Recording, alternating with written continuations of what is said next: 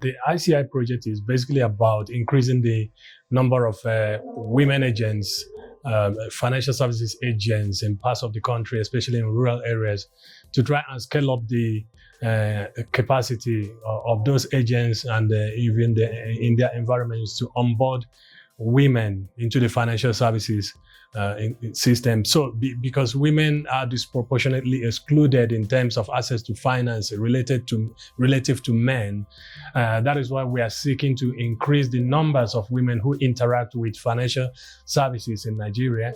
It's better to have women agents who interact with them to be able to make them comfortable to access financial services. And so that's what the ICI grant was really there to do, to scale our capacity, to provide us with also monitoring and evaluation necessary to look at what we're doing.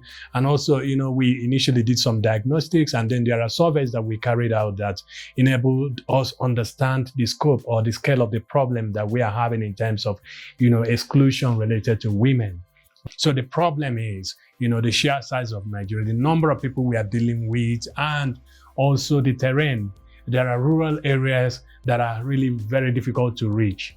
And there is also insurgency or maybe instability going on in the northern part of Nigeria. And some of these areas is difficult for us to, get there to try and assess the women, to onboard them into financial services.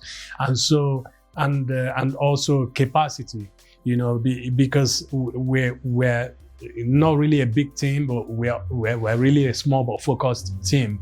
And so the capacity to be able to implement such a big project in a country of 220 million people, was a problem. But we went around it with involving a majority of other stakeholders in the landscape to try and drive results. The biggest lesson is that you need to coordinate and work with other stakeholders.